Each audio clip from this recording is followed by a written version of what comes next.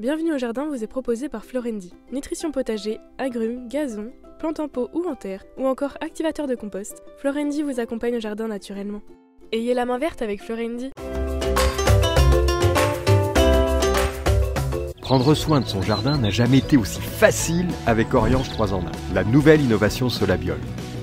Grâce à la technologie de l'hydrodistillation, Oriange 3 en 1 utilise toute la puissance de l'huile essentielle d'orange.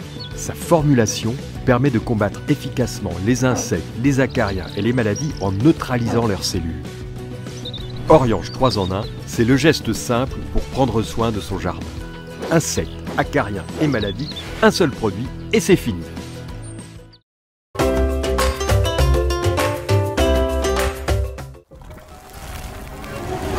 Ils arrivent pour envahir votre jardin.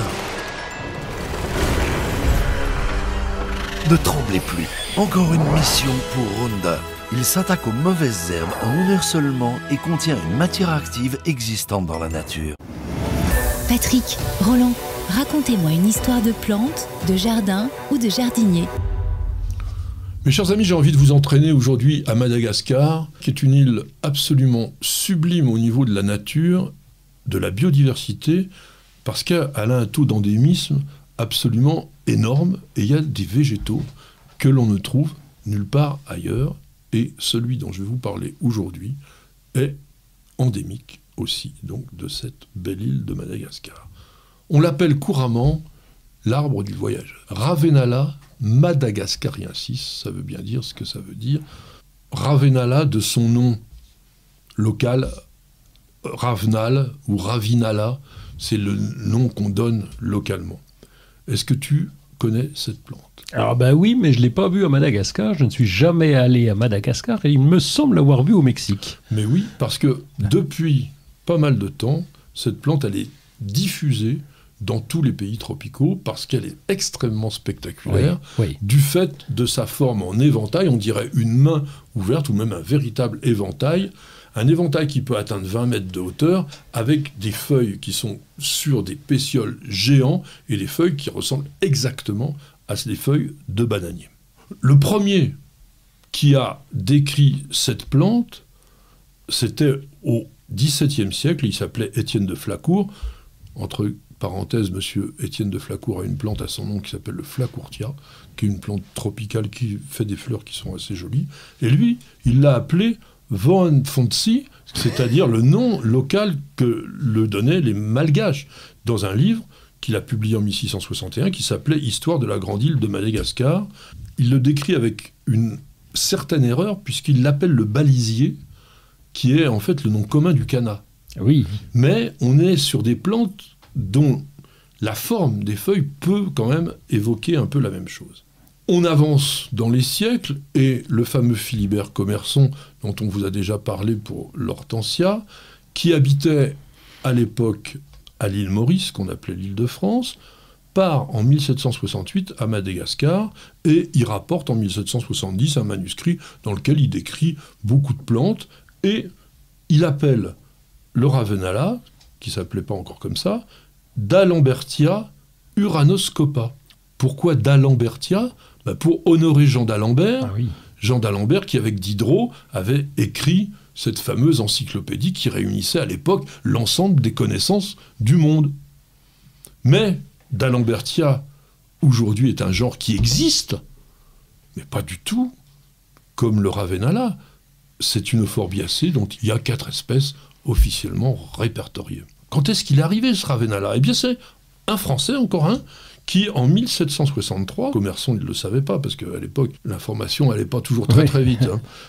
Michel Adanson, dont on a déjà parlé, parce que c'est lui qui avait découvert et nommé les baobabs, à Adansonia, s'est inspiré donc du malgache Ravinala. Ravinala, ça veut dire la feuille de la forêt. Et c'est des plantes qui vivent en bordure forestière et qui sont effectivement comme des arbres. Mais on va voir que ce ne sont pas. Et la première description, avec la dénomination Ravenala madagascariensis, date de 1782, et c'est encore aussi un Français, Pierre Sonnerat, qui a décrit cette plante, qui est la seule de son genre. On dit donc que c'est une plante monotypique, il n'y a que Ravenala madagascariensis. Je suis embêté, je vois pas Carl von Linné apparaître. Mais non, il n'y est pas. Quel Il dommage. n'y est pas d'abord parce que ça s'est produit un petit peu après lui et surtout dans des pays où il opérait pas tellement. Et puis les Français, ils ont de temps en temps un petit Ah oui, peu... il a piqué des trucs quand même, oui. La famille.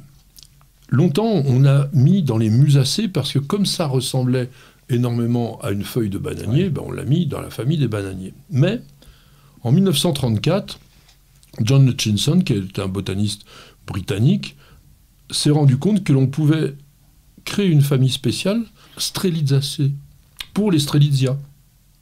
On connaît. Strelitzia regina, l'oiseau du paradis. Voilà, l'oiseau du paradis. Et un autre, Strelitzia nicolai, ah oui, c'est vrai. qui ressemble énormément à notre Ravenala. Plante, pareil, une sorte d'éventail immense avec des fleurs noires et blancs. C'est pas très fréquent. Et il y a un autre genre dans la famille des Strelitziaceae qui s'appelle Phenacospermum guyanensis, et qui était anciennement appelé Ravenala guyanensis. Donc, on a cet arbre qui s'appelle l'arbre du voyageur. Alors, pourquoi ? Parce que, à la fois, il y a une particularité botanique et il y a une légende. Commerson, il l'a décrit comme ça, il a dit « Ces feuilles très propres par leur immense largeur à recueillir une grande quantité d'eau, cette sorte de réservoir peut abondamment suffire à plusieurs voyageurs pour les désaltérer en les perçant dans sa partie la plus déclive, c'est-à-dire en bas. » Et il a fallu quand même attendre pour que le nom vraiment arbre du voyageur, et bien que ça soit un monsieur Massé Descartes dont j'ai pas retrouvé l'œuvre hormis Histoire et géographie de Madagascar, livre d'ailleurs qui a été réédité en 2018 si ça vous intéresse, et il dit que d'un coup de machette sur la base du tronc, on fait couler une sève fluide dont le goût est proche de l'eau. Le seul problème, c'est que effectivement, il y a du liquide. Mais ce qu'on oublie, c'est que dans ces feuilles engainantes à la base qui servent un peu de réservoir naturel, c'est pas les hommes qui viennent boire, c'est souvent les insectes qui viennent se noyer là-dedans. Il fait chaud, l'eau elle stagne. Et évidemment, regardez le minois de mon ami Roland. Il va choper des trucs avec ça. Exactement. Donc, les insectes, leurs cadavres en décomposition polluent le liquide, et donc, c'est pas terrible. Comme je vous disais, l'arbre du voyageur n'est pas un arbre au sens botanique du terme, mais c'est une vraie plante herbacée, dont le stipe, on dit lacunaire parce qu'il est creux en bas. Eh bien, lorsque les pétioles des feuilles s'imbriquent les uns dans les autres, et d'ailleurs on le voit très très bien avec cette forme de la base, c'est serré comme tout, mais c'est que des feuilles imbriquées, eh bien petit à petit, ça se durcit et ça forme une sorte de tronc, mais c'est long, c'est très très long. La tige principale, il faut 5-6 ans avant que ça se forme. Au départ, c'est simplement un petit éventail, mais ça vit longtemps, et le tronc lui-même peut faire 10 mètres, et 10 autres mètres pour les feuilles. C'est énorme, et ça fait l'impression quand même d'un arbre. Vous ne pouvez pas vous tromper. Vous voyez vraiment l'éventail parfait, c'est l'arbre du voyageur, et c'est vraiment, vraiment très beau. Lorsqu'il fleurit, vous avez des grandes fleurs blanches avec des spates 15-20 cm, et pollinisation assurée par des chauves-souris, des oiseaux, et même parfois des lémuriens. C'est une plante que vous pouvez quand même cultiver, si vous voulez, au niveau de plantes d'intérieur, dans un très très gros pot. Oui, j'en ai déjà vu. Des gens qui avaient des petits bébés. Ça pousse pas si vite que ça. Donc au départ, vous avez un petit Ravenala qui fait une vingtaine de centimètres. Mais il fera jamais 20 mètres. De toute façon, il n'y a pas beaucoup de problème. Le seul problème pour le réussir, c'est qu'il faut que l'hygrométrie soit au minimum de 65% toute l'année. Donc c'est un peu compliqué. Mais sinon, franchement, c'est un arbre à voir, une plante à voir dans les pays tropicaux. Oui, c'est spectaculaire. Et puis surtout, c'est utile, puisque à Madagascar, on fabrique des maisons, encore des cases traditionnelles, avec les feuilles fraîches. Et puis même, on fend aussi les pétioles pour faire des panneaux sur les murs. Et les feuilles, lorsqu'ils les ont séchées, et ils les appellent des ratis, eh bien, ils font aussi des couvertures de toiture, tout simplement, et le tronc, ils font des planches un peu souples, ça fait pas du bois vraiment très très dur, et on terminera en vous disant quand même que la plante est dite un porte-bonheur, et qu'il suffirait de se placer devant un Ravenala pour exprimer très sincèrement un souhait, et qu'il soit exaucé. Dis donc. Très très bonne semaine à tous, et bienvenue au jardin.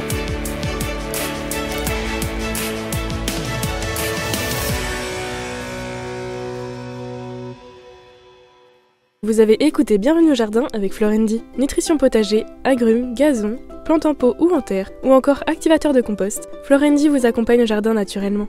Ayez la main verte avec Florendi. Vous appréciez nos vidéos, vous regardez régulièrement nos émissions Découverte Jardin et Jardiner, ça fait du bien. Alors n'hésitez surtout pas à vous abonner. Il suffit de cliquer sur la cloche et vous serez tenu au courant de toutes nos mises en ligne, et ceci totalement gratuitement. Et sachez également qu'il existe un site internet sur lequel il y a énormément d'informations, de réponses à vos questions, de dictons et de citations. Alors www.newsjardin.tv, c'est la bonne adresse.